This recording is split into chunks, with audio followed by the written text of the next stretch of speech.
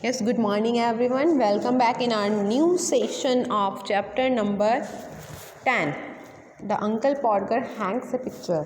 Question answers we have completed and now we are doing the book activity. First of all, we have to learn the active passive, but before make you understand about the active passive, we have to focus on the subject and object in a sentence. Okay, now on the page number 47, you have to look on the PAP 10.6. Here we have an activity of subject and object. Subject and object के बारे में आप पहले पढ़ चुके हैं. In our previous classes, we have discussed on this topic, subject and object. Now recall that a sentence consists of a subject and on an object. Subject क्या होता है? The subject of a complete sentence is who or what the sentence is about. The subject is placed before the verb. The subject is a doer in a sentence, okay, and always give the answer of a who or what. Okay, now look at the first. The object is someone or something. Yes, the object is someone or something that receives the action of the verb in a sentence. Now look at the first example. Uncle Podger forgot his handkerchief. Then Uncle Podger is our subject and his handkerchief is object. Clear? Underline the subject and circle the picture. Clear? Uncle Podger hangs a picture. Uncle Podger is a subject and the picture is object. Tom brings the kitchen chair. The Tom is a subject and the chair is a object. ठीक है, जो हमारा subject होता है वो verb से पहले आता है और हमारा ऑब्जेक्ट जो होता है वो आफ्टर दी वर्ब आता है.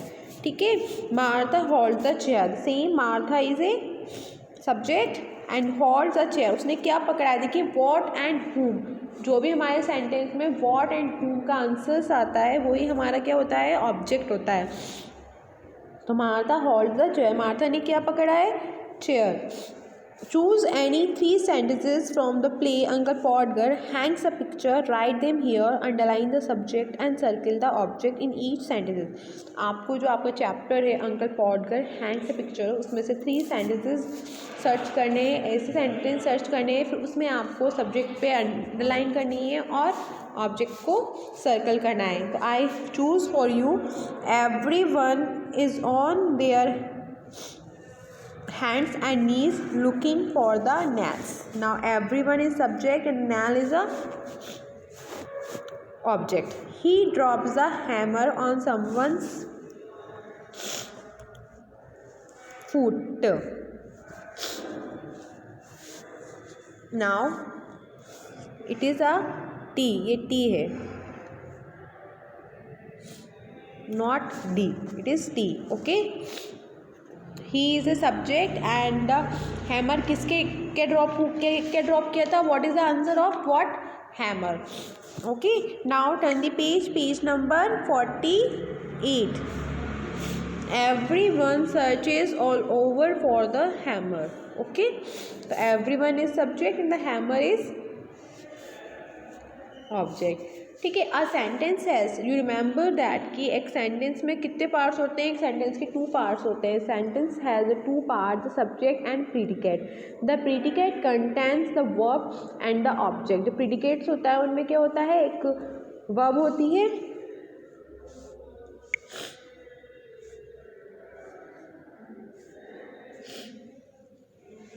यस. तो जो प्रीडिकेट्स होते हैं उनमें क्या होती है? प्रीडिकेट के अंदर एक वर्ब होता है और एक ऑब्जेक्ट होता है. It provides information about this subject.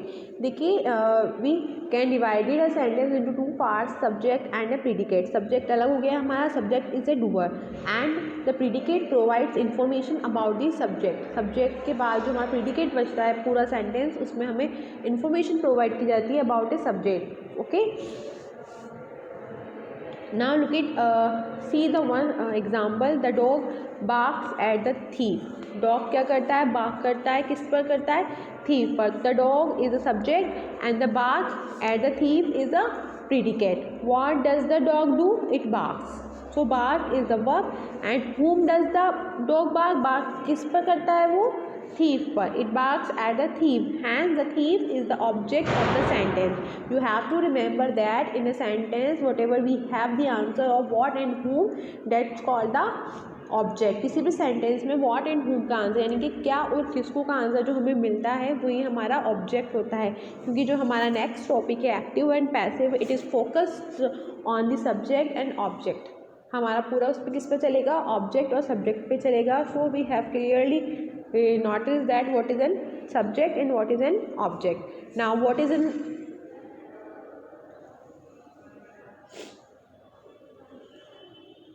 Yes अब देखिए एक्टिव पैसिव में क्या होता है. We use the active voice when we want to focus on the subject.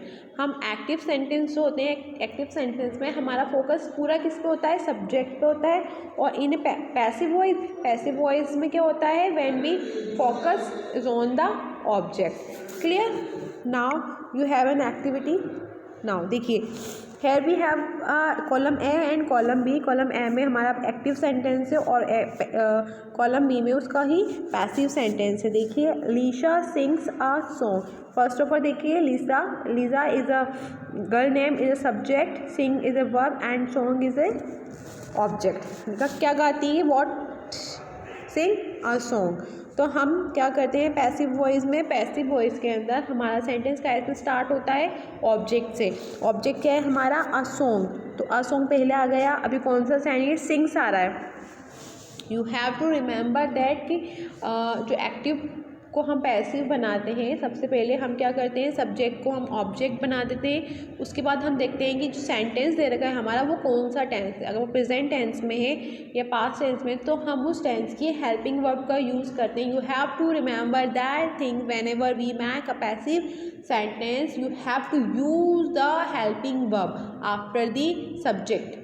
या जो सब्जेक्ट को हमने ऑब्जेक्ट बना दिया है, इट मीन्स जो ऑब्जेक्ट है हम उसको उसमें सब्जेक्ट बना देंगे और सब्जेक्ट की डायरेक्ट बाद उस टेंस की हेल्पिंग वर्ब आएगी. It means is, am, are और वॉज, वर में से या विल, शैल में से हम क्या करेंगे, हेल्पिंग वर्ब यूज़ करेंगे. फिर उसके बाद हम वर्ब की थर्ड फॉर्म का यूज़ करते हैं. वर्ब की थर्ड फॉर्म मीन्स होता है पास्ट पार्टिसिपल.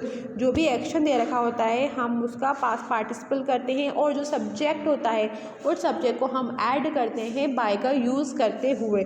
जैसा कि इसमें दे रखा है लीजा सिंग्स आ सॉन्ग. लीजा ने क्या गाया है, लीजा क्या गाती है, सॉन्ग गाती है. तो क्या आ सॉन्ग इज़ ए ऑब्जेक्ट. तो हम आ सॉन्ग को पहले ले आएंगे. आ सॉन्ग सिंग्स तो प्रेजेंट टेंस है, तो प्रेजेंट टेंस का सॉन्ग सिंगुलर है क्योंकि, इसलिए हम यहाँ पे इज़ लिखेंगे. आ सॉन्ग इज़.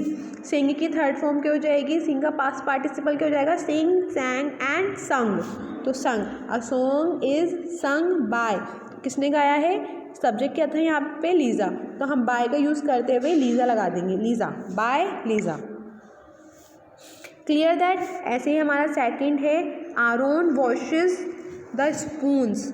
आरोन वॉश करता है, क्या वॉश करता है, spoons. The spoons is object. तो हम पैसिव बनाने के लिए द स्पून्स को सब्जेक्ट बना देंगे. The spoons. अब स्पून्स क्या है, प्लूरल है और एज इट इज़ हमारा जो टेंस है वो क्या है, प्रेजेंट है. तो स्पून्स क्या आगे हम लगा देंगे are, because are is a plural helping verb of present tense. तो स्पून्स आर वॉश. वॉश की पास्ट पार्टिसिपल क्या होगा, washed. The spoons are washed. और सब्जेक्ट क्या था हमारा, आरोन. आरोन को हम कैसे ऐड कर देंगे, बाय लगा के. याद रखेंगे जो हमारा सब्जेक्ट बचता है उस सब्जेक्ट को हम बाय लगा के ऐड कर देते हैं, जोड़ देते हैं या लिख देते हैं, बाय आरोन. ठीक है. Understood that. Hope you all are understood this. Now turn the page.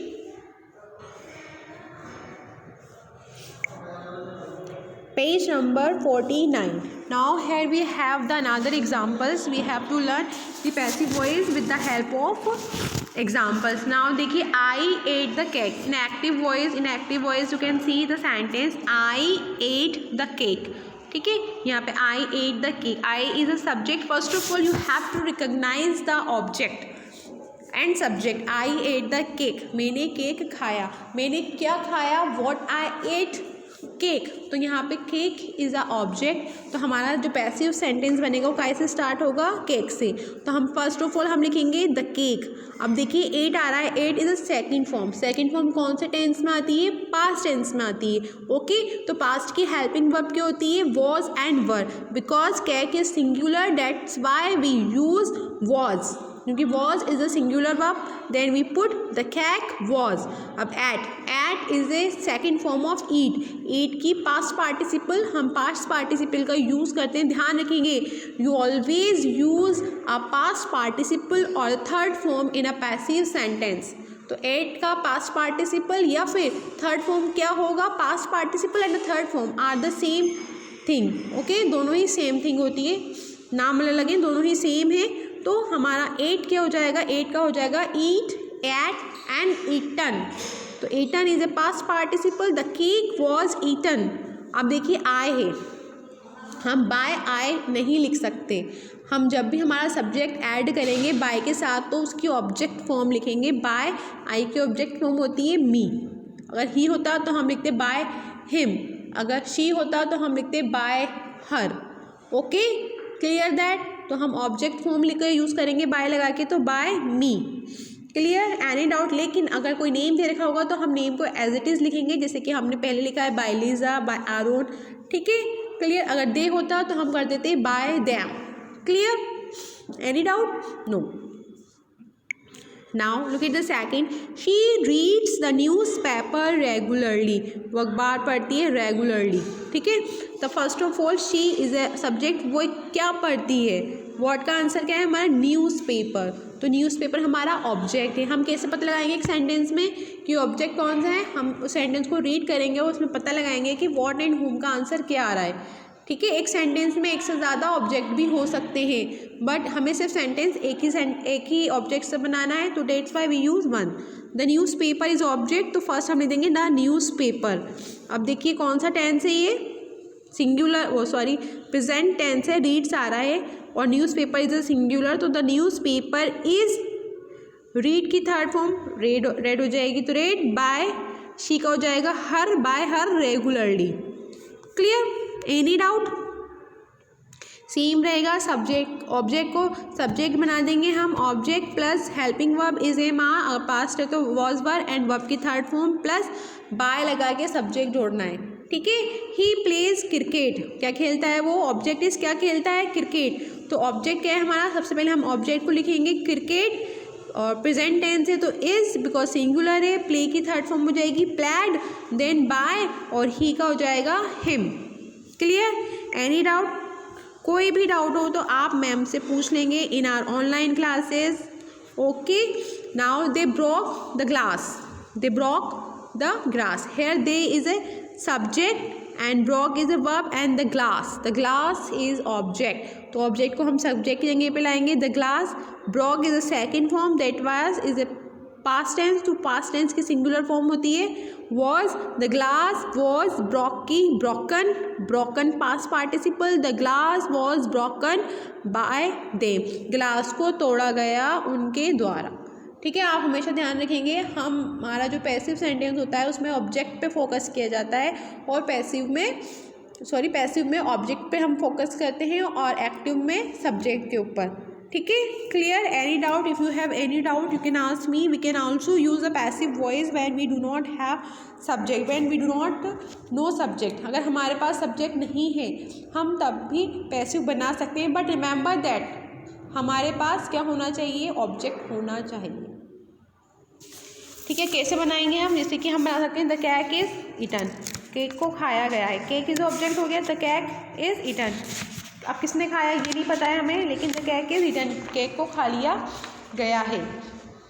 ठीक है, माई क्लॉथ आर वॉश्ड, मेरे कपड़े धो दिए गए हैं, है ना, किसने धोए नहीं पता, but my cloth are washed, वो धुले हुए हैं। Clear, any doubt. So you have to remember such type of things that कि the structure of sentence in the past tense change into object plus was verb plus past participle plus by plus subject. Okay, the structure of sentence in present tense is MR आ जाएगा, same रहेगा, the tense remains the same, और active passive में हमारा जो sentence होता है उसमें जो टेंस आता है वो सेम रहता है, ठीक है, बस उसकी फॉर्मेशन बदल जाती है। हम सब्जेक्ट की जगह काय पे फोकस करते हैं, ऑब्जेक्ट पे फोकस करते हैं। The rules you have to listen carefully to make the passive sentence we use, हम सब्जेक्ट को ऑब्जेक्ट बना देते हैं। First of all we put object as a subject place, हम ऑब्जेक्ट को सब्जेक्ट की जगह पर रखते हैं। उसके बाद हम टेंस की जो टेंस है उसमें उसकी हेल्पिंग वर्ब लगाते हैं according to the number of singular plural देखकर कि कौन सा है उसके अकॉर्डिंग हम वहाँ पे टेंस की हेल्पिंग वर्ब लगाते हैं, इज एम आर या वॉज वर जो भी सेंटेंस है। Then we use the third form of the action, हम वर्ब की थर्ड फॉर्म लगाते हैं। देन वी यूज़ बाय के साथ हम सब्जेक्ट को ऐड कर देते हैं, ठीक है। अगर प्रोनाउन दे रखा है तो प्रोनाउन की ऑब्जेक्ट फॉर्म आती है, लाइक आई का मी, ही का हिम, शी का हर, दे का देम, ओके। अगर नेम है तो हम नेम को एज इट इज़ बाय लगा कर लिख देते हैं। Clear that. अगर आपको कोई डाउट हो, कुछ समझ नहीं आया हो तो आप मुझसे पूछ सकते हैं in our online classes and you will consult me, okay. Till then take care and you have to listen the video carefully, okay. Till then take care, have a nice